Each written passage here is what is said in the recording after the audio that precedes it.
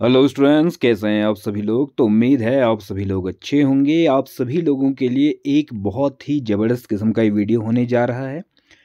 इस वीडियो में हम लोग देखेंगे कि लोअर पीसीएस वाले अपने मेंस की प्रिपरेशन कैसे करें।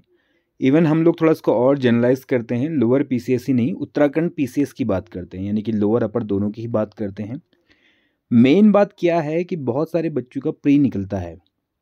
इस बार भी जो अपर पीसीएस है उसमें बहुत सारे बच्चों का पीसीएस निकल गया है प्री, लेकिन अब वो बैठे हुए हैं, उन्हें बिल्कुल भी इस बात का कॉन्फिडेंस नहीं है कि वो मेंस निकाल पाएंगे। बहुत बुरी स्थिति है, कई सारे बच्चे रो रहे थे। एक आध बच्चों का मेरे पास फ़ोन भी आया कि अब क्या करें। ठीक, थोड़ा सा पेपर आगे बढ़ा तो उन लोगों को थोड़ा उम्मीद भी जगी कि भाई हाँ ठीक है, हम लोग के पास टाइम, हम लोग करेंगे। लेकिन फिर भी वो कॉन्फिडेंस नहीं आ पा रहा है। तो आखिर चीज़ क्या होती है कि मेंस में बड़े बड़े सूरमा, बड़े बड़े धुरंधर जो हैं वो बहुत कम मार्क्स लेकर आ पाते हैं, जबकि नॉलेज होती है, बट फिर भी उनके उस प्रकार के मार्क्स नहीं आ पाते। जो नॉलेज है वो मार्क्स में कन्वर्ट नहीं हो पाती। पूरा एनालिसिस करेंगे, अच्छे से चीज़ों को देखेंगे, एक एक चीज़ को समझेंगे। आप कौन सी स्थिति पे खड़े हो, कौन से लेवल पे खड़े हो, उसको देखेंगे और कैसे सुधार कर सकते हो, कैसे आंसर राइटिंग शुरू कर सकते हो, कहाँ से आपको आंसर राइटिंग शुरू करनी है, कौन सी जगह से आपको स्टार्ट करना है, क्या लिखना है, क्या नहीं लिखना, वो सारी चीज़ें हम लोग देखेंगे। ठीक है, सबसे पहली बात देखते हैं कि कुछ महत्वपूर्ण एग्जाम्स की बात करते हैं। देखिए, पहला जो एग्ज़ाम है जो बहुत ज़्यादा महत्वपूर्ण है वो है आपका उत्तराखंड लोअर पीसीएस का है। उत्तराखंड लोअर पीसीएस का एग्ज़ाम आपका 11 मई को है। उसके बाद अपर पीसीएस का 29 जून को है। 11 मई का एग्ज़ाम है, यानी कि इसके बाद कितने टाइम लेते हैं, 3 महीना लगभग, मान लीजिए जून, जुलाई, अगस्त, अगस्त या सितंबर में आपका इसका मेंस हो जाएगा। अगर सब कुछ सही रहा तो अगस्त सितंबर तक मेंस हो जाएगा।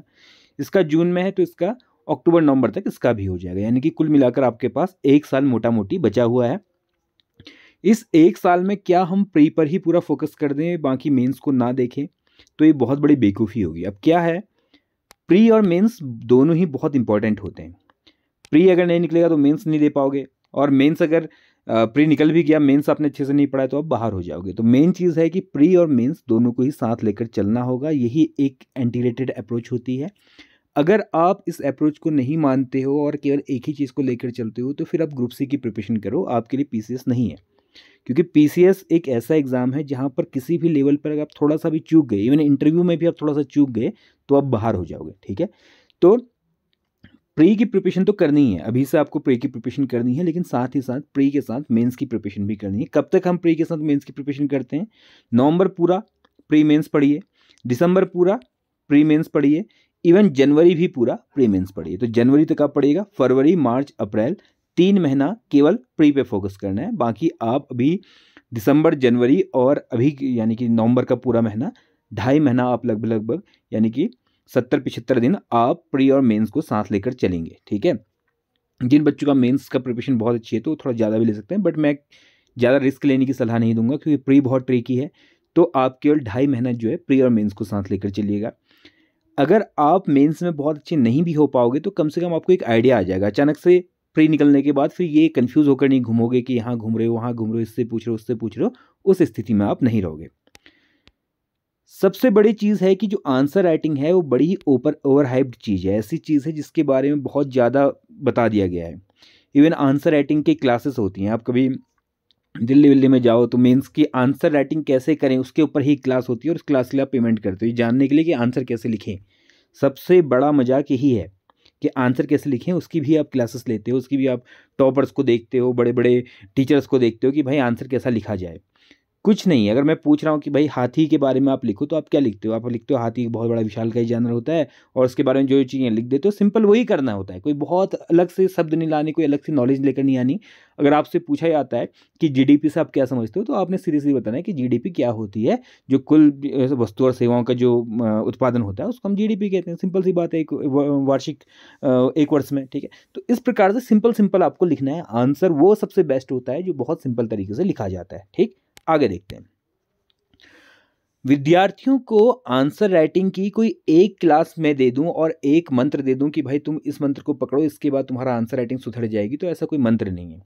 हर विद्यार्थी की जो ज़रूरत है वो अलग है। हर विद्यार्थी जो है वो अलग लेवल पर खड़ा है। कोई लेवल ए पे खड़ा है, कोई बी पे खड़ा है, कोई सी पे खड़ा है। ठीक, तो हर विद्यार्थी के लिए एक अलग स्ट्रेटजी काम करेगी। आप किस लेवल पर हो और मैं आपसे कह रहा हूँ कि भाई बहुत ही एडवांस किस्म के आंसर लिखना शुरू कर दो तो आपके काम नहीं आएंगे, या बहुत ही एडवांस आपको समझ में आता है और मैं कहूँ कि आप जाकर फिर से बेसिक से शुरू करो तो बेवकूफ़ी है, आपका टाइम वेस्ट होगा। ठीक है, तो हर विद्यार्थी के लिए एक अलग अलग स्ट्रेटजी हम लोगों ने लगभग देने का प्रयास किया है, तो उसके अनुसार ही आप लोग अपनी आंसर राइटिंग पर ध्यान दीजिएगा।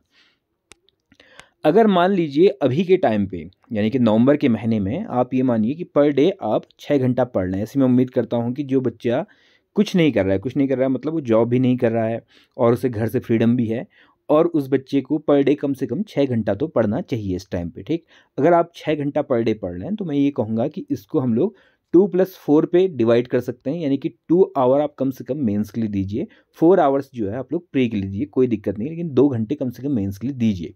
आज नहीं तो कल आपको मेंस लिखना ही है, खासकर अगर आप R O, A R O, lower PCS, F R O, upper PCS इन सब की प्रिपरेशन करें तो जाहिर सी बात है आप कभी ना कभी तो लिखोगे मेंस, तो इसीलिए आपकी मेंस की प्रिपरेशन होनी चाहिए, आपको मानसिक रूप से उसके लिए तैयार रहना चाहिए। ठीक है, आंसर होता क्या है, कोई भी चीज़ पूछी जाती है उसके प्रत्युत्तर में हम लोग को जो चीज़ देते हैं उसको हम आंसर कहते हैं। आंसर जो होता है वो कैसे होना चाहिए, इसका कोई बेसिक ऐसा रूल नहीं है कि यूपीएससी ने या फिर उत्तराखंड पीसीएस ने कोई ऐसा एक नियमावली निकाली है कि आपका उत्तर इस प्रकार का ही होना चाहिए। उसने कहा कि कोई भी जो चीज़ आपसे पूछी जाती है उस पूछी हुई चीज़ का एक तर्कसंगत सुस्पष्ट उत्तर होना चाहिए, यानी कि एक तो तर्कसंगत हो, ऐसा नहीं कि कुछ भी फैंटेसी अपने मन से कह रहे हैं, दूसरा हो तर्कसंगत हो, यानी कि उसमें फैक्चुअल हो चीज़, ऐसे नहीं कि हवा हवाई हो, बहुत ही आपने भावनात्मक चीज़ें लिख दी हो, ऐसा ना हो। बाकी उसके अलावा कोई भी ऐसी गाइडलाइन नहीं दी गई है, सुस्पष्टता उसके अंदर होनी चाहिए। बाकी बहुत गाइडलाइन नहीं दी है कि उसमें कोई डायग्राम हो, ये हो वो चीज़ आपने नहीं डालनी है। कोई भी आंसर होगा, मान लीजिए हम एक प्रश्न लेते हैं कि एसडीजी गोल्स क्या हैं और जो इसमें 8वें नंबर का गोल है उसे प्राप्त करने की दिशा में भारत ने क्या कदम उठाए उसके बारे में बताइए। तो आपने क्या करना है, सीधे बिना किसी भूमिका के, इसमें भूमिका बनाने की बहुत ज़रूरत नहीं पड़ती है, आंसर बहुत सुस्पष्ट होना चाहिए, कोई भूमिका नहीं होगी, सीधे एसडीजी गोल्स क्या है लिखना शुरू कर दो। ठीक है, अगर निबंध होगा तो निबंध में इंट्रोडक्शन आएगा, इंट्रोडक्शन में कविता कहानियाँ ये सब चीज़ें आएंगी, बट अगर आप जीएस का आंसर लिख रहे हो तो सीधे आपने क्या करना है कि बिना भूमिका बनाए ए टू जेड तरीके से अपना स्टार्ट कर देना है कि एसडीजी गोल्स क्या होते हैं। ठीक, वो कर देना है। एसडीजी गोल में 8वां गोल क्या है और उसके बारे में लिखिए कि भारत ने क्या कदम उठाए, तो 8वां गोल क्या है उसके बारे में लिख दीजिए और भारत ने क्या कदम उठाए, जो 4-5 इनिशिएटिव हैं उसको हमने पॉइंट वाइज लिख दिया, यानी कि आंसर को आप चाहो तो पॉइंट वाइज लिखो, चाहे तो पैराग्राफ वाइज लिखो, कोई दिक्कत नहीं है, लेकिन ये डिपेंड करता है कि आंसर पूछा क्या गया है। अगर आपसे पूछा जाता है किसी चीज़ की विवेचना कीजिए, एक्सप्लेनेशन दीजिए, तो आप उसके बाद क्या करेंगे, वहाँ पर आप पैराग्राफ का यूज़ करेंगे। लेकिन आपसे पूछा जाता है कि 5 पॉइंट बताइए, तो कैसे बताओगे 5 पॉइंट, सीधे 1 2 3 लिखना है और 5 पॉइंट बता देना है, यानी कि कम शब्दों में बड़ी बात कहने की पूरी बातें होती हैं। अभी बहुत सारी इसमें टेक्निकलिटीज़ हैं लेकिन उसको हम बाद में देखेंगे। फिलहाल आज एक सिंपल तरीका मैं आपके लिए लाया हूँ। कुछ जनरल सजेशंस मैं देना चाहूँगा जो अभी लोअर की अपर की तैयारी कर रहे हैं अगले साल के लिए। एक मोटी सी कॉपी बना लो भाई, देखो पन्ने पे बिल्कुल मत लिखना, पन्ने पे लिखना सबसे ज़्यादा घातक होता है, लास्ट में फिर वो पन्ने ढूंढते रहते हो, पेज ढूंढते रहते हो कि कहाँ गए। A4 साइज़ की एक बड़ी कॉपी लेना, ठीक है, उस बड़ी कॉपी के दोनों तरफ हाशिए होनी चाहिए, हाशिए मतलब इस तरफ कुछ मार्जिन छोटा होना चाहिए 2-3 सेंटीमीटर, इस तरफ 2-3 सेंटीमीटर छोटा होना चाहिए, बीच के स्थान पर आपको आंसर लिखने हैं। हमेशा इसी तरीके की कॉपी में लिखने का प्रयास करना कि भाई, या फिर ऐसा करना जो A4 शीट्स आती हैं उसको बाइंड करवा लेना, स्पायरल बाइंडिंग करवा के कॉपी बना लेना, उस कॉपी को मोटी सी कॉपी पे ही अपने आंसर लिखना, भले आधे पेज का लिखो, 2 लाइन का लिखो, 4 लाइन का लिखो, उस पर ही हो, आपके पास रिकॉर्ड रहेगा कि आपने कहाँ से शुरू किया था, कितना इंप्रूवमेंट आपका हुआ, तो इस तरीके से आपका वो पूरा एक दस्तावेज बन जाएगा, जो हो सकता है कि 1 साल बाद आप कभी देखें आपने कुछ इंपॉर्टेंट लिखा आप भूल जाएं, तो इस प्रकार से उसको पीछे पलट कर देख सकते हैं। तो एक मोटी कॉपी बना लेना, अलग अलग सब्जेक्ट्स की चाहो तो अलग अलग कॉपी, जैसे उत्तराखंड के आंसर अलग में लिखे जा रहे हैं, जीएस के अलग में लिखे जा रहे हैं, इस प्रकार कर सकते हैं, बट एक मोटी कॉपी में लिखना, पन्नों में मत लिखना, उस कॉपी के दोनों तरफ हाशिए बनाकर लिखना प्रारंभ करना। एक ही पेन से लिखना, लाल पीली हरी नीली से लिखने की आवश्यकता नहीं है, केवल एक ही पेन से लिखना। एक ही पेन का मतलब यह है कि अगर सेलो की पेन से लिख रहे हो, सेलो ग्रेपर से लिख रहे हो तो सेलो ग्रेपर से ही लिखो, अगर आप किसी और फ्लेयर को आप यूज़ करते हो तो फ्लेयर को ही यूज़ करो, 5 रुपये की कोई पेन यूज़ करते हो तो 5 रुपये की करो। मैं अक्सर ये सजेशन देता हूँ कि जो हल्की पेनें आती हैं, कम मूल्य की पेनें आती हैं, 5 रुपये की, 10 रुपये की, इस प्रकार की पेनों का प्रयोग करना, क्योंकि जो महंगी पेन होगी 200 300 400 रुपये की पेन होगी वो थोड़ा भारी होती है, उसका मेटल वेटल होता है तो इसलिए तो भारी होती है, इसलिए हल्की पेन ही यूज़ किया कीजिएगा, उससे आपकी स्पीड अच्छी बनती है। तो एक ही पेन से लिखने का प्रयास करना हमेशा, ताकि आपका एक फ्लो बन जाए, आप उसके साथ फैमिलियर हो जाएं और आपकी जो उंगलियां हैं, आपका मन है, वो उस पेन के साथ बिल्कुल एक हो जाए और आप उससे बढ़िया तरीके से लिख पाओ। अधिक से अधिक लिखने का प्रयास करना। अब ऐसा भी नहीं है कि गलत लिख रहे हैं उसको ही 50 बार रिपीट कर रहे हैं, बट अधिक से अधिक लिखने का प्रयास करना। उससे आप क्या होगे कि स्पीड आपकी अच्छी बनेगी, वर्तनी की गलतियां आपकी कम होंगी। तो अधिक से अधिक लिखने का प्रयास कीजिए। टेस्ट सीरीज ज्वाइन कीजिएगा। मुझे लगता है कि टेस्ट सीरीज ज्वाइन करनी प्री के लिए भले ही मत करो, मेंस के लिए तो ज़रूर करना। मेंस के लिए टेस्ट सीरीज आप ज्वाइन करते हो तो आपका सुधार बहुत गुना बढ़ता है। मैंने ऐसे ऐसे बच्चे देखे, जब हम लोग 10 टेस्ट की एक टेस्ट सीरीज देते हैं तो पहले टेस्ट में जो बच्चे का लेवल होता है अगर नीचे है, बहुत नीचे है, तो जो 10वें टेस्ट तक होता है बच्चा बहुत अच्छा पहुंच जाता है। तो आप अगर टेस्ट सीरीज 2-3 लेते हो तो ज़रूर लेना, अगर आप ले सकते हो तो। कॉन्फिडेंस कम नहीं करना है।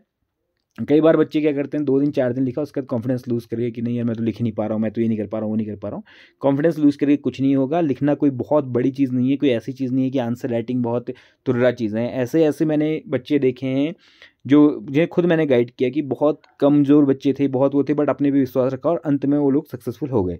तो कॉन्फिडेंस कम नहीं करना है, लूज़ नहीं करना है, धैर्य रखना है, पेशेंस रखिए। होगा होगा होगा, 10 दिन, 15 दिन, 20 दिन, 1 महीना, 2 महीना, उसमें आप बेस्ट नहीं बन जाओगे। आपको कंटिन्यूसली मेहनत करनी पड़ती है, तब जाकर आप बेस्ट बनते हो।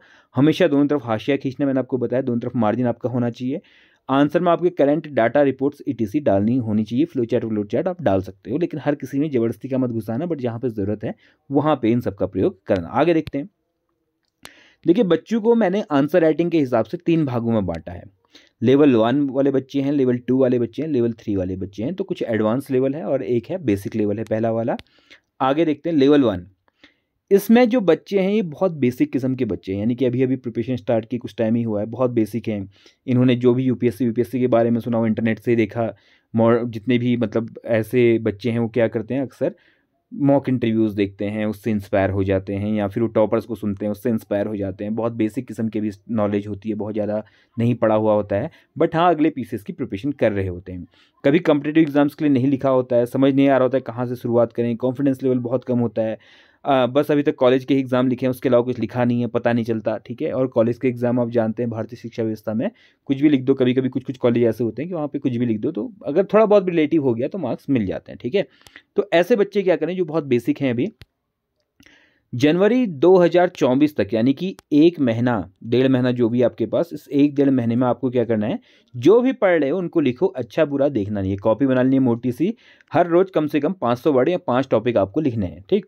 मान लीजिए आपने आज टॉपिक पढ़ा कि उत्तराखंड का प्रवाह तंत्र या उत्तराखंड का नदी तंत्र, रिवर सिस्टम ऑफ उत्तराखंड, ठीक है। रिवर सिस्टम ऑफ उत्तराखंड आपने पढ़ा, पूरा पढ़ लिया। जैसे मान लीजिए एक दिन में गंगा का ही खत्म हो पाया, आपसे ज़्यादा खत्म नहीं हुआ, आपने गंगा का पढ़ लिया, तो आपने स्टार्ट कर देना है उसको। पहले पढ़ लो, अच्छे से रट लो, बढ़िया तरीके से सारे के सारे फैक्ट देख लो। सोंग नदी यहाँ मिलती है, ठीक है, रामगंगा यहाँ मिलती है, ईटीसी अपने पढ़ लिया। नयार जो है वहाँ से निकलती है, आपकी दूधातोड़ी से निकलती है, सतपुली में मिलती है, ये सब आपने पढ़ लिया। फिर क्या करना है, आपने एक पेज में गंगा नदी तंत्र लिखना है ऊपर, और उसके बाद पॉइंट वाइज जैसे भी आपको पसंद आता है आप लिखना शुरू कर दो कि वहाँ से नदी निकलती है, ऐसे निकलती है, ये निकलती है, वो निकलती है, वो निकलती है, जो जो मन में है सब कुछ डाल दो। और ऐसे करते हुए आप 5 टॉपिक, दूसरा टॉपिक आपने हिस्ट्री का पढ़ लिया, गुलाम वंश पढ़ लिया, गुलाम वंश के बारे में, गुलाम डायनेस्टी के बारे में अपने सब कुछ लिखना शुरू कर दिया, शुरू से लेकर लास्ट तक लिख दो। यानी कि पहला काम है लिखना, कॉपी पेन के साथ फैमिलियर होना। कैसा लिखा है, क्या लिखा है वो देखने की ज़रूरत नहीं है, अच्छा बुरा कुछ भी लिखो, बट लिखो, ठीक है। ऐसा करना है आपने, लगभग 500 वर्ड पर डे लिखने हैं, और ऐसा आप अगर 1-1.5 महीने तक कर लोगे तो आप ऑटोमेटिकली लेवल 2 में पहुंच जाओगे या लेवल 3 में पहुंच जाओगे। 2 और लेवल 3 जो है, वहाँ पहुंचने के बाद आपके लिखने का तरीका, आपका आत्मविश्वास बहुत अधिक बढ़ जाएगा। लेकिन ये देखना है कि एक दिन में आप परफेक्ट नहीं बनोगे, ठीक है। ये आप लेवल पहले वालों के लिए। अब देखते हैं लेवल 2 पे आते हैं। ये ऐसे लोग हैं जो बहुत समय से तैयारी कर रहे होते हैं, लिखने पर बहुत अच्छी पकड़ इनकी नहीं होती, कॉन्फिडेंस नहीं आता, तैयारी कर रहे हैं, प्री की तैयारी कर रहे हैं, फैक्ट पढ़ रहे हैं, नॉलेज बहुत सारी है, बट लिखने की प्रैक्टिस ही नहीं करते, ठीक है। कहाँ से लिखे समझ में नहीं आता, कभी कुछ लिखा भी होता है तो उससे खुद ही संतुष्ट नहीं हो पाते, खुद के आंसर से कभी सेटिस्फाई होते ही नहीं, लगता है कि यार ये आंसर क्या ही लिखा है, मैंने खुद ही गलत लिखा है, खुद ही को अच्छा नहीं लग रहा, एग्जामिनर को क्या अच्छा लिखेगा, राइटिंग से सेटिस्फेक्शन नहीं होता, और उसके बाद फिर मोस्टली ये लिखना छोड़ देते हैं। ऐसे बच्चे होते हैं 2nd लेवल के, मतलब पोटेंशियल है बट लिखना शुरू ही नहीं किया या लिखने से सेटिस्फाइड है ही नहीं अपने, तो 2nd लेवल के बच्चे हो जाते हैं। ऐसे बच्चों के साथ देखते हैं। आपने 1 जनवरी 2025 तक क्या करना है, एनसीईआरटी में दिए गए छोटे छोटे प्रश्नों को हल करना है। एनसीईआरटी पढ़ते हो या फिर इग्नू की किताबें पढ़ते हो या कॉलेज की आपकी खुद की बुक्स होंगी, उनके पीछे पीछे छोटे छोटे आंसर दिए होते हैं। 11वीं 12वीं किताबें खोलना, उसके पीछे छोटे छोटे आंसर दिए होते हैं, तो उन क्वेश्चन दिए होते हैं, उन क्वेश्चन का आंसर लिखना है। जैसे उसमें बहुत बेसिक दिया होता है कि प्रथम विश्व युद्ध के कारणों के बारे में बताइए, तो आपने उसको ऐसे करके लिखना प्रारंभ कर देना, प्रथम विश्व युद्ध के ये कारण थे, या जो भी टॉपिक आप पढ़ रहे हो हाल फिलहाल में उसके आपको आंसर ढूंढने हैं बुक्स में, क्वेश्चन ढूंढना है और उसके क्वेश्चन आपने कर लेने हैं, ऑनलाइन इंटरनेट से ढूंढिए। यानी कि अभी आपको क्या करना है, अभी आपको पीसीएस या यूपीएससी के क्वेश्चंस की तरफ नहीं जाना है, अभी आपको उन क्वेश्चंस को हल करने का प्रयास करना है। समय के अंतर्गत लिखें। पहले लेवल वालों को समय के अंतर्गत लिखने की भी जरूरत नहीं है, आप समय का भी ध्यान मत दीजिए, लेकिन जो सेकंड लेवल पे हैं उनको समय के अंतर्गत लिखना है। मान लीजिए आप 100 शब्द का लिख रहे हैं, तो इसके लिए आप डाल दीजिए कि मुझे 10 मिनट में इसको खत्म करना है, टाइमर लगा के लिखिएगा। हर रोज 500 वर्ड या 5 पेज लिखने का प्रयास करें, यानी कि 5 टॉपिक या 500 वर्ड लिखने का पर डे प्रयास कीजिएगा।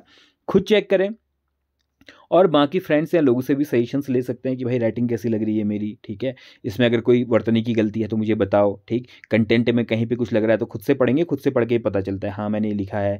कई जगह हम लोग छोटी की बड़ी की या जो मात्राओं की गलती होती है वो कर देते हैं, कई जगह हम लोग क्या करते हैं स्पेलिंग मिस्टेक्स करते हैं, हम लोग सजेशंस की स्पेलिंग गलत लिख दे रहे हैं या कुछ और स्पेलिंग गलत लिख दे रहे हैं, या हम लोग का सेंटेंस है उसमें कहाँ पे डिड आना चाहिए, कहाँ पे डू आना चाहिए, कहाँ पे हैव आना चाहिए, हेड आना चाहिए, कुछ पता ही नहीं चल रहा है, बस खत्म हो जा रहा है कि लिख दे रहे हैं हम लोग, ठीक है, तो थोड़ा उस पर भी ध्यान दे देंगे। तो इसको हम लोग क्या करेंगे, किसी से चेक करवा लेंगे। राइटिंग सुधारने की कोशिश करें, जो सेकंड वाले में है वो राइटिंग सुधारने की कोशिश करें। इस प्रकार से है, बहुत एडवांस लिखने की जरूरत नहीं है, बहुत बेसिक आंसर्स लिखने का प्रयास कीजिएगा। 1 जनवरी 2025 तक अगर आपने डेली ये कर लिया तो आप ऑटोमेटिकली थर्ड वाले में चले जाएंगे। लेवल 3 वाले जो हैं ये बहुत ही स्मार्ट लोग हैं, बहुत ही शार्प लोग हैं, हो सकता है इनको पिछले एक आध मेंस लिखने का अनुभव भी हो। ये आंसर लिखने की प्रैक्टिस करते हैं, अच्छी स्पीड भी होती है, छोटे एनसीईआरटी के प्रश्न इनको समझ में आ जाते हैं। आंसर इम्पैक्टफुल नहीं बन पाता, मुश्किल से 30 से 40% नंबर ही आ पाते हैं, यानी कि इम्पैक्टफुल नहीं है, वैसा इम्पैक्ट क्रिएट आंसर का नहीं हो रहा है, खुद को पढ़ के भी इतना इम्पैक्टफुल नहीं लगता, बट हाँ इनको समझ में आ जाता है कि भाई आंसर क्या पूछा है, क्या है, क्वेश्चन समझना शुरू कर दिया इन लोगों ने। तो इनके लिए क्या है सजेशंस, उत्तराखंड पीसीएस के पुराने पेपर हल करना शुरू कर दो भाई साहब, पिछले साल के 2016 से लेकर स्टार्ट करो, 2022 वाला भी कर देना, और अभी का तो आया नहीं है फिलहाल। बाकी और जो पीसीएस होते हैं, अदर स्टेट के पीसीएस होते हैं, उनको भी लीजिएगा, उनसे भी आप लोग करना प्रारंभ कर दीजिएगा। टाइम के अंदर लिखना प्रारंभ कर दीजिए, अगर उसमें दिया है कि भाई 10 नंबर का प्रश्न है, 10 मिनट इसके लिए मिलेंगे, तो वो 10 मिनट में ही उसको करने का प्रयास कीजिएगा। आंसर को इनोवेटिव बनाएं। इनोवेटिव का मतलब क्या है कि आंसर में आपके फ्लो चार्ट डालिए, डायग्राम डालिए, डेटा डालिए, ईटीसी डालने का प्रयास कीजिए। कुछ महत्वपूर्ण चीज़ है तो उसको अंडरलाइन कीजिएगा, ठीक है। हर रोज 4-5 आंसर लिखने का प्रयास कीजिए। मात्राओं की गलतियों को कम करें, हो सके तो किससे चेक करवा लें। मात्राओं की गलतियां कम करने का मतलब है कि अगर इंग्लिश मीडियम के हैं तो स्पेलिंग मिस्टेक्स या ग्रामेटिकल मिस्टेक्स कम कीजिएगा, हिंदी मीडियम वाले हैं तो अपना वर्तनी की शुद्धता पर ध्यान दीजिएगा। हो सके तो किसी से चेक करवा लें, वो सबसे बढ़िया रहेगा, बट लिखें आप लोग, ठीक है। आप लोग को क्या है, आप लोग पिछले साल के जितने भी पीसीएस हुए हैं, जहाँ जहाँ भी पीसीएस हुए उनको लिखना प्रारंभ कर दें। अगर आंसर बहुत इंपैक्टफुल नहीं लगता है तो आप क्या कर सकते हो, टेस्ट सीरीज ज्वाइन कर सकते हो, अगर आप सेटिस्फाइड नहीं हो रहे हो, ठीक है। कई सारे बच्चे ऐसे मैंने देखे हैं जिन बच्चों की नॉलेज अच्छी है, लिखने का तरीका भी अच्छा है, बट वो उसी में फंस जा रहे हैं, उस लूप होल में फंस जा रहे हैं, वो 30-40% वाले में उससे ज़्यादा मार्क्स नहीं आ पा रहे हैं। तो इसके 2-3 कारण हो सकते हैं कि 30-40% मार्क्स नहीं आ रहे। पहली चीज़ है जल्दबाजी। बिना प्रश्न को समझिए आंसर लिखोगे तो फिर आपका आंसर कभी भी बढ़िया नहीं बन पाएगा। दूसरी चीज़ क्या है, भटक जाना, मतलब 2-3 लाइन तो रिलेवेंट लिख ली, उसके बाद कहीं कहीं और ज्वाइंट कर दिया, इस तरह से आपने लिखना प्रारंभ कर दिया। तीसरी चीज़ क्या होती है कि डेटा जो है, ऑथेंटिक डेटा की कमी होती है। चौथी चीज़ क्या होती है, चौथी चीज़ ये होती है कि आपको जितना नॉलेज होता है वो आप सही से अरेंज नहीं कर पाते हो। मतलब शुरू में जो है आपने अंत वाला पोर्शन शुरू में लिख दिया, शुरू वाला पोर्शन अंत में लिख दिया, तो उसको अरेंज नहीं कर पाते। 4-5 चीज़ें मिलती हैं मुझे कई सारे बार बच्चों के आंसर में, क्योंकि मैं ये बात आपको इसलिए बता रहा हूँ क्योंकि मैं हज़ारों कॉपियाँ चेक कर चुका हूँ, उसके बाद ये बात मैं आपको बता रहा हूँ, ठीक है। तो इसलिए ये सारी गलतियाँ ना हो तो आप लोग क्या कीजिए, 1 जनवरी तक इस प्रकार से लिखने का प्रयास कीजिए, सुधार होगा और आप अच्छा करोगे। और उसके अलावा आप टेस्ट सीरीज ज्वाइन कर सकते हो, ठीक है, क्योंकि आप लोग जो हो काफ़ी आगे आ चुके हो, आप लोगों को काफ़ी कुछ समझ में आ रही है चीज़ें, आप लोग बढ़िया करोगे आगे। अगला देखते हैं, चलिए हो गया इतना है। तो इसके अलावा मुझे लगता नहीं है कि लिखने की आपको कोई और अभी महसूस हो रही होगी, और लिखने के लिए मैं अभी कोई ऐसी बुक्स आपको सजेस्ट नहीं करूँगा कि भाई आप कोई बहुत हाई फाई किताबें लो। जो बुक्स आप प्री के लिए पढ़ रहे हो, आप मेंस के लिए भी लगभग अभी उन्हीं किताबों को पढ़ो। और ख़ासकर आप जब जीएस पढ़ते हो, ठीक है, जीएस के लिए जब पढ़ते हो, चलिए छोड़िए उसको, बुक का जो हम लोग पूरा देखेंगे, बुक का किसी और वीडियो में देखेंगे। फिलहाल के लिए आज लिखने का मैंने आपको एक मोटा सा बता दिया कि कैसे प्री और मेंस को साथ लेकर हमें चलना है, उसके बारे में बता दिया। बाकी चीज़ें जुड़े रहिएगा, साथ साथ बात करेंगे, देखेंगे, सीखेंगे, आगे बढ़ेंगे। जल्दी मिलते हैं नए वीडियो के साथ। धन्यवाद।